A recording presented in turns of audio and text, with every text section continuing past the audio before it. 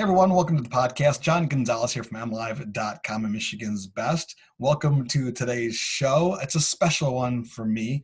We're going to be joined by two guests, Steve Kaminski, a local sports writer for MLive.com based in Grand Rapids. And also on the show, we have Caleb Baragar. Caleb is a 2012 graduate of Jenison High School. He played collegiately at Jackson Community College for Coach Rick Smith and also at Indiana University. In 2016, he was drafted by the San Francisco Giants and made his major league debut this year, in the year of COVID, on July 25th against the Dodgers. It's a debut that any aspiring major league pitcher would envy. I can't wait to talk to him about that. I can't wait to talk to him about how his career is going, how it is playing, what's life like in the major leagues. It's close to me because Caleb and I go back to when he was 14 years old. That's right. Many years ago, I founded a club called the Grand Rapids Flames Travel Baseball Club. I recruited Caleb to play on our club. I coached him for a little bit and have been proud of him, every step of the way. So let's catch up with Steve and find out what's going on with Caleb. And welcome back, everyone. And Steve Kaminski, it's a little bright and sunny over there. How you doing today?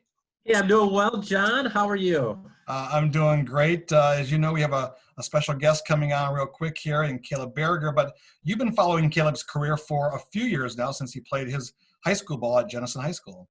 Yeah, absolutely, John. Caleb pitched for the Jenison Wildcats, graduated in 2012, went on to pitch for Jackson Community College and then Indiana. He was drafted in 2016 by the Giants in the ninth round, I believe, and continued to progress through the ranks. And here he is now, 2020, and doing very well in his career with the Giants so far. So far, so good. Let's bring on Caleb Baragar. Caleb, how you doing? Good, John. How are you guys? We're doing fantastic. Thanks for checking in with us. I know that you are in your hotel room. It's game day today. You're in Colorado against the Rockies last night.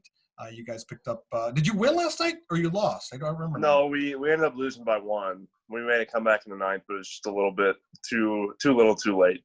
Too little too late. So in the intro to the show, I talked about how you made a major league debut that I don't think anyone could script. We're going to talk about that in a minute, but Steve mentioned your background. First of all, like Steve said, congratulations. It must be a heck of an accomplishment for you. Thank you. Yeah, it's really been a dream come true, like something I've kind of worked for so long and at some point didn't even think it was possible. So to be here now is just a huge blessing. Yeah, you mentioned that a dream come true and at one point not thinking it was possible. You made your ups and downs in the minor leagues. You had a great 2019, but going into spring training, I didn't hear your name bantered around a lot.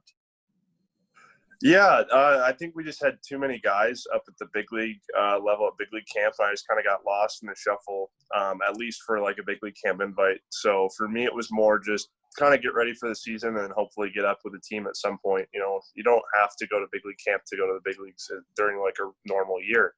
So for me, it was one of those things, like I was a little disappointed, but that's part of the game. And it seems to be that's kind of how my career's gone. So I figured I'd just fight and try to earn my spot wherever I could. Yeah, 2019 was a pretty big year for you, though. You made the All-Star team at the AA level for the Richmond Flying Squirrels, and then you were MVP at the AAA postseason playoffs. How did it all come together in 2019 for you? I just tried to be consistent. I know I put in a lot of work in that offseason, and I made some really good gains with my pitching on more of the consistency side. My mechanics started to stay the same every time I went out there. And once I got able to just repeat my delivery and repeat everything, it was a lot easier to repeat my pitches and repeat locations, and it was a lot easier to have success. Steve, it sounds like this guy's just really cool, calm, and collected. I guess his stats prove that. He's got 4 outings this year. He's 2-0 with a 3.60 ERA, 5 innings pitched, 4 strikeouts with a whip of .60. So, see, from a baseball end, Caleb is a young up-and-comer, right? Yeah, for sure, John. I am very impressed with his major league debut. That was against the Dodgers. Went through right the heart of the order, too. I think he faced 5 batters, retired them all, and picked up the win.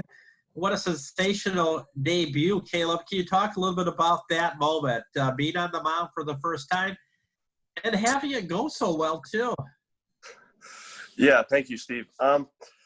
It was cool, you know. I did get to pitch, but like in kind of a big league, I guess, scenario in a game prior in Oakland. So I kind of got those like first game jitters out, facing like some really good hitters. I faced Matt Chapman, Matt Olson, and Chris Davis, like some other big name guys. Obviously, they're not Cody Bellinger and Mookie Betts, but they're still really good and they're big household names. So that game in Oakland really let me kind of realize if I go into the game and like really focus on who I'm facing, it's a lot more difficult to pitch. Where when I went into Dodger Stadium, I really tried to not focus on who I was pitching to and more just focus on my like attack plan against the hitters versus like a left-handed hitter versus a right-handed hitter. I tried to just kind of take the names away. And once I was able to do that, it was a lot less stressful for sure.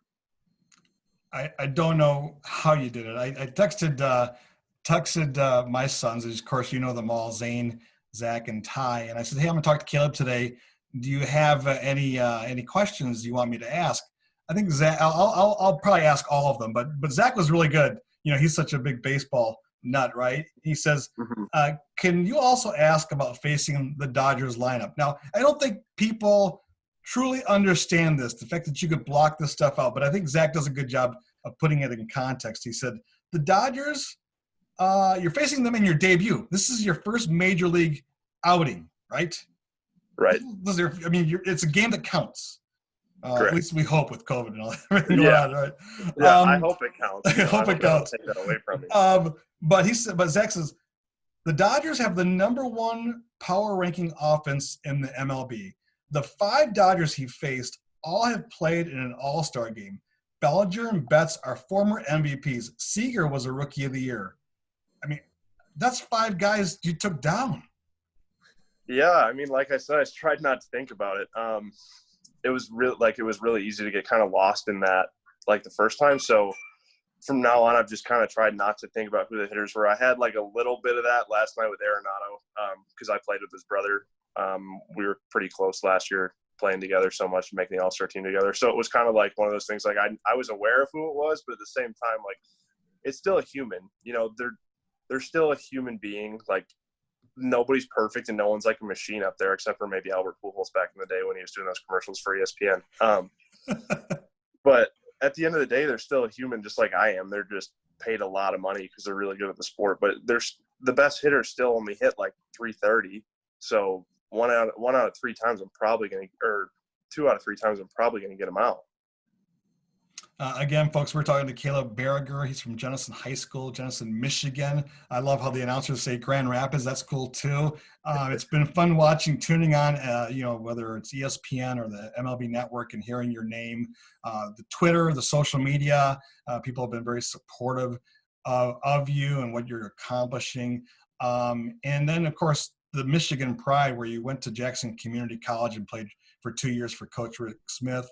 You go to Indiana University, and I know from that transition from Jackson to Indiana, at one point did you say, okay, no longer is the dream to pitch collegiately or get to D1? Because Steve reminded me the other day that you didn't have a lot of recruiters coming to you at D1 out of high school.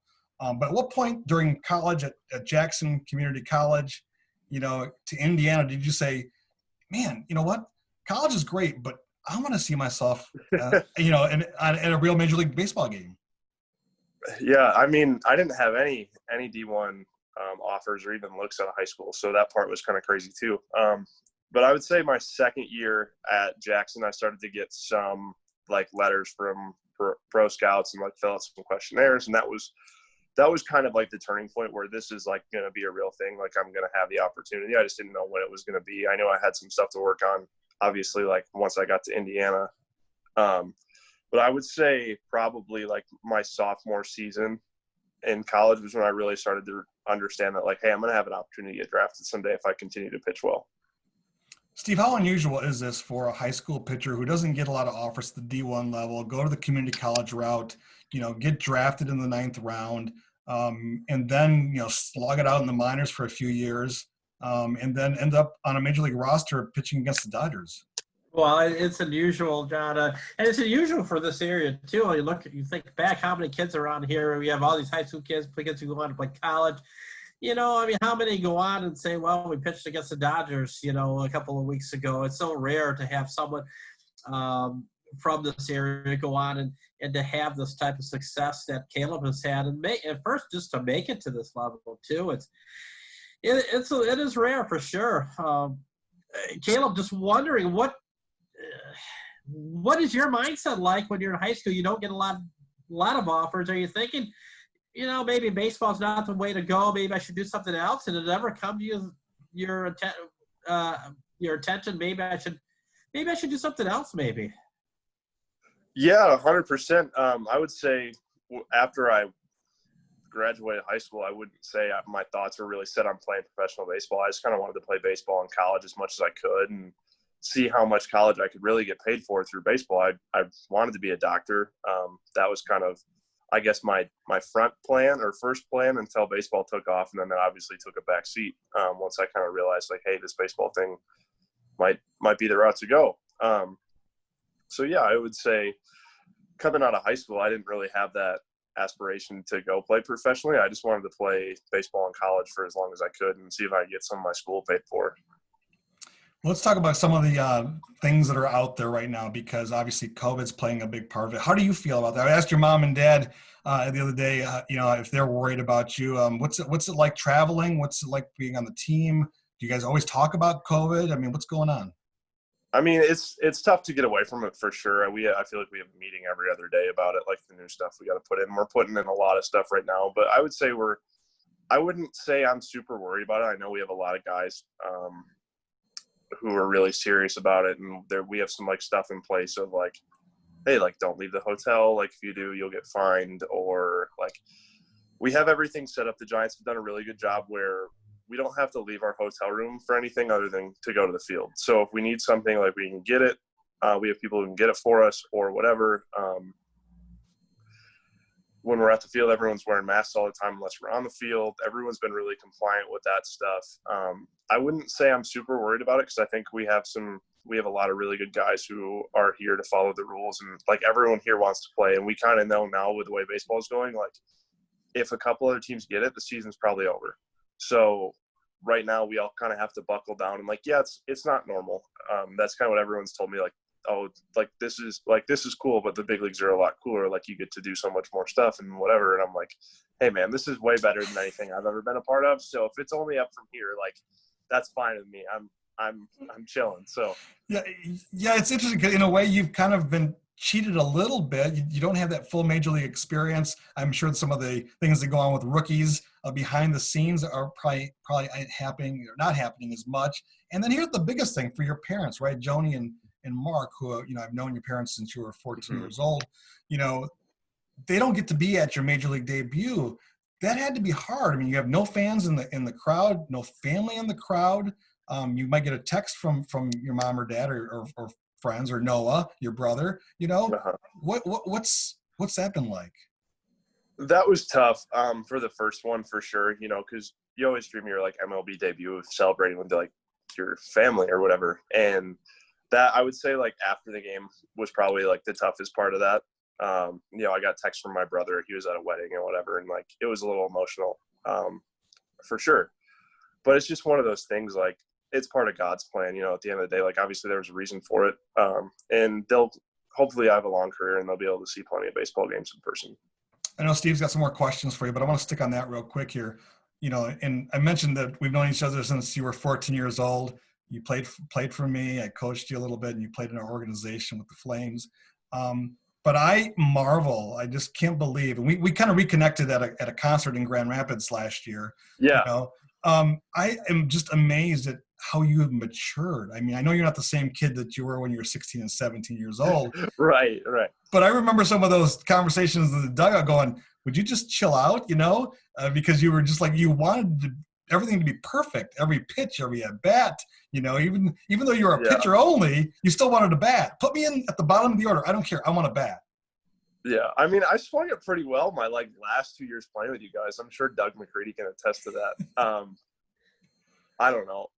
Yeah, I mean, I think everyone matures when they get older, but baseball is such a hard game that it's like most of the stuff's out of my control anyway. Like the best guys don't throw pitches where they want to every time. I mean, we were talking yesterday, or maybe it was 2 days ago, on the bus on the way into Colorado, and Shark was talking about throwing his slider, and they're like, oh, they like told me to throw my slider like 6 inches higher and it'll be fine. And he's like, any of you right now, if you could throw your slider 6 inches higher whenever you want, you go into the front office and ask them for 7 years, $200 million, because no one can do that. So it's just one of those things, like hearing a veteran guy talk about not being able to like pinpoint every single pitch, like it makes me feel better too, knowing like I'm going to miss my spot, half the time almost. So it's such a tough game. You can't focus on being perfect when it's literally impossible. Steve, anything you want to add to that? Because I tons I want to follow up with. Go ahead. Well, I just wanted Caleb, growing up as a kid, playing catch with your dad or playing for Gonzo or your high school team, did you ever dream about pitching in the majors? Was that ever something that you sat back and said, that's my dream? And I think every kid does. Every kid who plays baseball, at least who plays summer ball and plays a lot, I think every kid has those dreams and ambitions. Whether we think that deep down in our heart that it's actually going to happen or not, I think is completely different. I would say when I was younger, I wanted to, but I didn't think it was possible. Well, Ty wanted to know how tough it is to play with no fans in the crowd. That's got to be a strange experience because you grew up going to games like we did, right? Yeah, it's weird. It's definitely different. The stadium noise does help, especially when we went to LA. LA had a really good sound system. Like they brought in a ton of speakers everywhere, and if you close your eyes, you'd think you were in Dodger Stadium, like 100% with a full fans in effect, everything. Some stadiums are better than others, I'll say. I think some stadiums could probably turn the noise up a little bit. But other than that, it's kind of been normal. There's no heckling, which is nice, I guess. I heard in LA it's pretty tough to be a Giant. So I guess I'm kind of glad I got to miss out on that my first time. Hopefully I'll get some next year. But yeah, it's different for sure, but it's still baseball. The game doesn't change whether you're playing in front of 50,000 people or you're playing in front of 2 people. The mound's 60 feet 6 inches, whether my brother's standing in the box hitting or Cody Bellinger's in the box hitting. At the end of the day, like my job stays the same. Wow, get that, Steve? He just compared Noah to Cody Bellinger. So make sure you get that in your notes there. Zane, my youngest son, who played collegiately at Indiana University at South Bend, he's now pitching coach for the Growlers, and he'll be back at South Bend to coach there this fall, assuming they have baseball. He wants to know, what is the turning point in your career? Was there a game or a moment that you said, holy cow? Was it in Double A, Triple A? Was it at Indiana? Was it during the playoffs there? I would say the biggest turning point was the end of the year in 2018, after I kind of like bounced around everywhere. No, it was kind of one of those things like, all right, well, this isn't really fun anymore. I'm kind of just playing errand boy and doing whatever. Like if I want to, I can just be done and go back to school and be a doctor. Like, thankfully I have like enough courses where it wouldn't be that much longer. And it was kind of like, do I want to do that or do I want to really give this a shot? And I decided to stick with baseball. And I was like, I'm going to put everything I have into it. I'm going to stop worrying about the outside stuff as much. And I kind of cleared up. I would say I'd clear up a little bit of like my life a little bit on the personal side, and then just kind of focused more on baseball, and then it took off. How close were you to quitting at that point, Caleb? Was it you seriously thinking at that point at the end of 2018, this is it for me?